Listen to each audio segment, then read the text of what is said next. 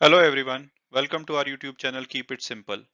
आज के वीडियो में हम बात करेंगे इंडिया टोबैको कंपनी यानी कि आईटीसी के बारे में, जो कि सब इन्वेस्टर का मीम फेवरेट है। इसके ऊपर जितने मीम बनते हैं शायद ही किसी और स्टॉक पे बनते होंगे।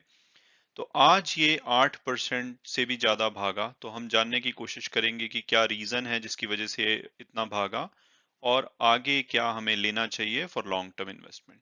चलिए आगे बढ़ते हैं। तो सबसे पहले अगर हम कंपनी ओवरव्यू की बात करें तो आईटीसी सिगरेट का एक बहुत बड़ा प्लेयर है। इसके अलावा ये फास्ट मूविंग कंज्यूमर गुड्स में है, होटल्स इनके हैं, इनका पेपर एंड पैकेजिंग बिजनेस काफी बड़ा है और ये एग्री बिजनेस में है। मार्केट कैपिटलाइजेशन इनका 2,66,000 करोड़ है, जो कि इसको एक लार्ज कैप कंपनी बनाता है। शेयर होल्डिंग की बात करें तो एक प्रोफेशनली मैनेज कंपनी है। सबसे ज्यादा शेयर रिटेल शेयर होल्डर के पास है 46%, 42% डोमेस्टिक इंस्टीट्यूट्स के पास, 12% के आसपास फॉरेन इंस्टीट्यूट्स के पास है।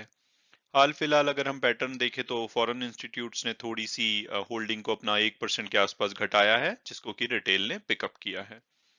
फाइनेंशियल्स देखें तो इसका आप साफ साफ देख सकते हैं, इनकम और प्रॉफिट का सेम पैटर्न है। पिछले साल जून 2020 में इनका सबसे कम था रेवेन्यू और प्रॉफिट, और उसकी वजह थी कोविड 19 और लॉकडाउन।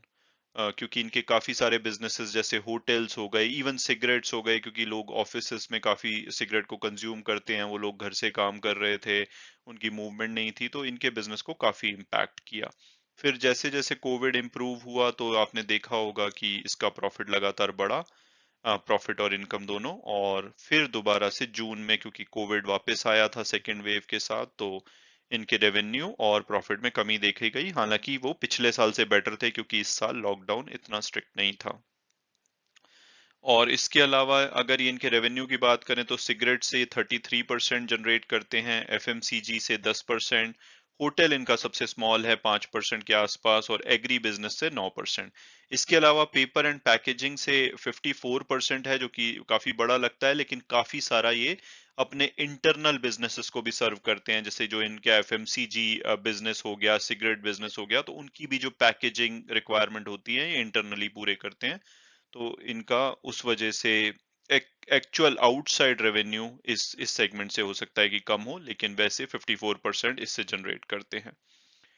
और इन्होंने जो अपना लेटेस्ट कमेंट्री दी थी, उन्होंने बोला कि जून के नंबर तो काफी खराब रहे थे, लेकिन जब जून के लास्ट वीक में जब लॉकडाउन बेटर हो रहा था, चीजें नॉर्मल हो रही थी, तो इन्होंने अपने नंबर्स में इम्प्रूवमेंट देखी, तो आने वाले क्वार्टर में इनका प्रॉफिट बेटर होना चाहिए। तो अब ये आप सोच रहे होंगे कि ठीक है, कंपनी में ठीक ठाक चीजें चल रही हैं, लेकिन आज सडनली ये 8% क्यों भागा। तो एक्चुअली में हम बात करें तो सच में कोई ऐसा रीजन नहीं है कि ये एक दिन में 8% भागे। तो उसके लिए वॉरेन बुफे की एक फेमस कोट है कि stock market is a device to transfer money from the impatient to the patient. तो ये शेयर ने बहुत ज्यादा पेशेंस टेस्ट की है लोगों की, और फाइनली आज वो दिन था उनके पे ऑफ करने का, अगर सच सच बात की जाए। बाकी देखा जाए तो कंपनी अच्छा कर रही है, ये सिगरेट बिजनेस से काफी स्ट्रॉन्ग कैश फ्लो जनरेट करते हैं, और कोविड अब ठीक होने से सिगरेट बिजनेस रिकवर कर रहा है। इसके अलावा ये बहुत बड़ा कैपिटल एक्सपेंसेस इन्होंने करना था इनके एफएमसीजी और होटल सेगमेंट में, जो कि ऑलमोस्ट पूरा हो गया है। और अब ये इनको इन इन बिजनेसेस को बढ़ाएंगे। और अब इनके कैपेक्स लो होने की वजह से डिविडेंड, जो कि इनका ऑलरेडी बहुत ही अच्छा है, उसमें भी फर्दर इंक्रीज देखा जा सकता है। हाई कैश रिजर्व्स हैं इनके पास, अगर इनको कोई बिजनेस परचेज करना हुआ, एक्वायर करना हुआ, तो वो भी इनको स्ट्रॉन्ग प्लेयर बनाता है उस एरिया में। इसके अलावा जो एफएमसीजी एक सेगमेंट में है, क्योंकि कोविड की वजह से हेल्थ और हाइजीन प्रोडक्ट्स की, जैसे सोप्स की, लिक्विड सोप्स की डिमांड बढ़ी थी, तो वो इनकी ग्रोथ में एक इम्पॉर्टेंट प्लेयर है। और होटल बिजनेस देखें तो वो भी जैसे रिस्ट्रिक्शंस हट रही हैं, लोग अब लेजर के लिए जा रहे हैं, ऑफिस के लिए जा रहे हैं, वीकेंड गेटवेज के लिए जा रहे हैं, तो वो भी इनका बिजनेस अब अच्छा कर रहा है। तो ओवरऑल आज स्पेसिफिकली मुझे नहीं मिला ऐसी चीज कि आज एक ही दिन में 8% बढ़ने का रीजन क्या है, बट ये बहुत ही ज्यादा अंडर परफॉर्म था। तो ये बढ़ोतरी ड्यू थी, और आज पेशेंस का पे ऑफ टाइम था। अब हम आगे की बात करें कि भाई इस स्टॉक में अब इन्वेस्ट करना चाहिए या नहीं करना चाहिए। तो सबसे पहले अगर हम इसकी परफॉर्मेंस देखें तो इस साल में इसने 10.41% जनरेट किया, जिसमें से कि 8% तो आज में है। तो ये बिल्कुल ही फ्लैट बोल सकते हैं अगर आप आज की परफॉर्मेंस को हटाएं।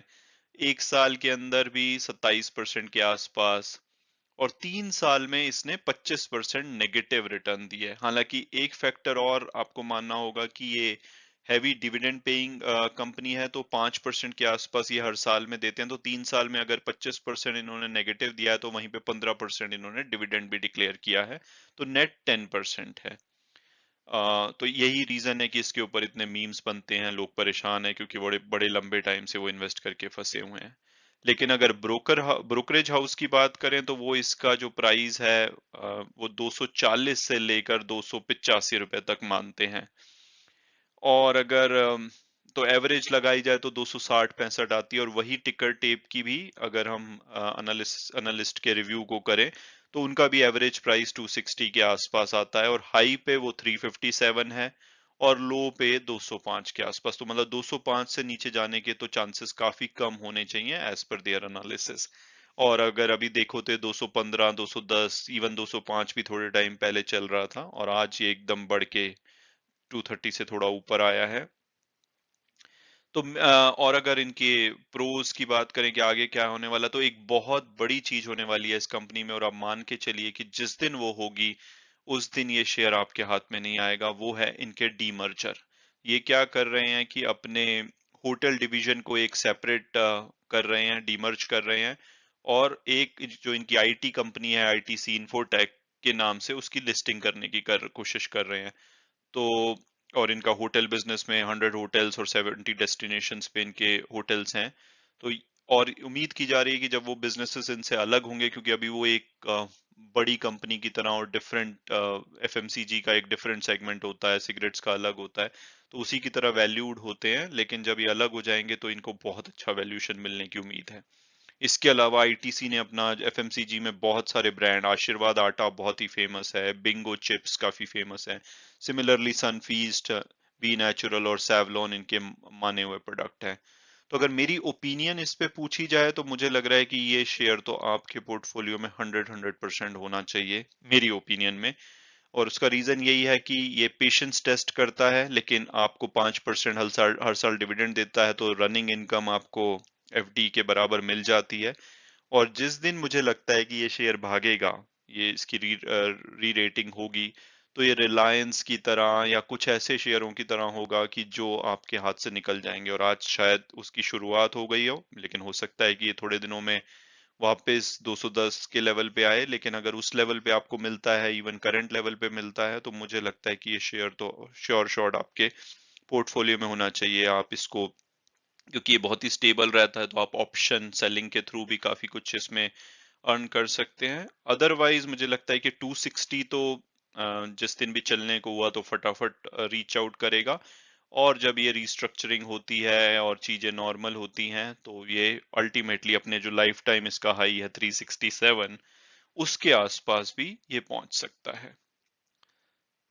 तो अगेन हमेशा की तरह मेरा डिस्क्लेमर है कि अगर आप इसमें इन्वेस्ट कर रहे हैं तो फर्दर रिसर्च कीजिए और अपने फाइनेंशियल एडवाइजर से बात करके ही रिसर्च कीजिए। मैं जस्ट आपको अपना पर्सपेक्टिव और लेटेस्ट अपडेट देना चाहता था। Hope you like the video. Thanks so much for watching it and God bless you all.